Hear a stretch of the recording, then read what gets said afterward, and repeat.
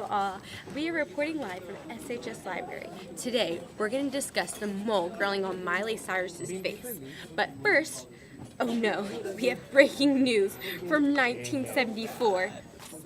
This court case with Richard Nixon versus U.S. is just breaking. Now here's Amy Ross with the sports correspondence with There's more breaking news. Thanks, Logan. From 1997. Today, the president received a subpoena ordering him to turn over tape recordings and documents relating to his conversation with aides and advisors concerning the Watergate break-in. Nixon refused to turn in the tapes to Congress, claiming these tapes were covered by executive privilege. He claimed that the president had the right to privileged communication that could not be looked at by any other branches of government. The district court ruled against Nixon, and the president appealed, and the case quickly reached the Supreme Court. In a historic case, Nixon was defended by Leon Jaworski and Philip A. Lockhart, and the U.S. was represented by James D. St. Clair. In a unanimous decision, the court ruled in favor of the United States and against President Nixon.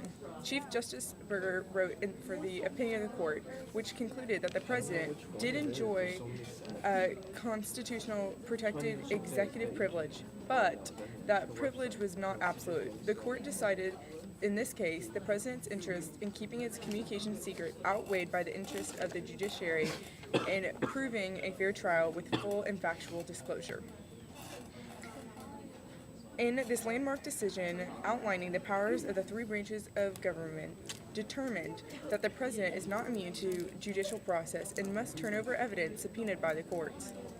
The doctrine of executive privilege entitles the president to a high degree of confidentiality from the courts, and the evidence involves matters of national security or other sensitive information, then the president cannot withhold evidence.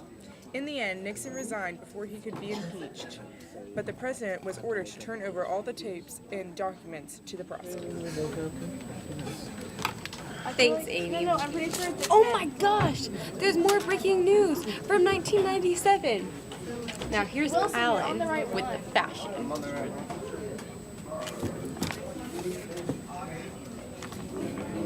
Thanks, Logan. Here in Washington, D.C., May 27, 1997, the court case between William Clinton and Paula Corbin Jones consisted of the topic of presidential immunity, making it a three branches issue. Wow. President Clinton wanted immunity from a lawsuit challenging his actions prior to his taking office during the term of his presidency. Jones stated that the president does not enjoy immunity from a civil lawsuit for conduct not related to his official acts. Jones filed lawsuits against Bill for civil rights that had been violated. Clinton responded with presidential immunity. The ruling asserted that although a president cannot be sued for actions related to his official duties, the president is subject to the same laws regarding regulating purely private behavior as the general population. Back to you, Logan. Thanks, Alan. Oh wait, this just in. There's something else coming from 1998. Now here's Logan Green with more info. Thanks, Logan. So what we have here is William Clinton, Bill Clinton, versus New York. So the petitioner here is the city of New York, with their lawyer being Charles J. Cooper. Now, the respondent was the President of the United States at the time, Mr. Bill Clinton, with his lawyer being Seth P. Waxman. Now, what happened here was apparently New York thought that Mr. Clinton here, he authorized this line item veto act item, I mean, that's crazy, of 1996, and it was unconstitutional according to New York because it violated the premise that the executive branch of the government cannot enact federal law without the approval of both houses of Congress. Now, see, the Supreme Court ruled that, it struck down the Line Item Veto Act because it gave the executive the unilateral authority to amend a law without having to go through the legislative process, obviously. And let me give you the date of this because I feel like I didn't include that in the beginning. It was argued from April 27th, 1998 to about June 25th, 1998.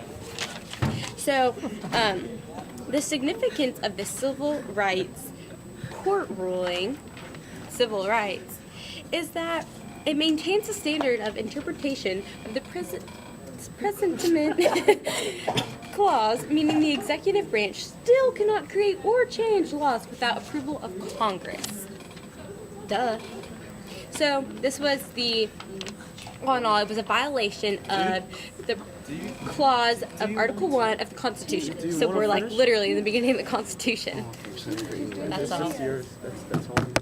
Oh, no. No, there's more breaking news. But this time it's coming from 2008. Here's Alan with more information. Thanks, Oh, no. Logan. Here from University of Texas in 2008. The civil rights court case between Abigail Fisher and University of Texas is compelling. What did I say? Abigail Fisher sued UT for denying her application, which she believed had the issue of race involved.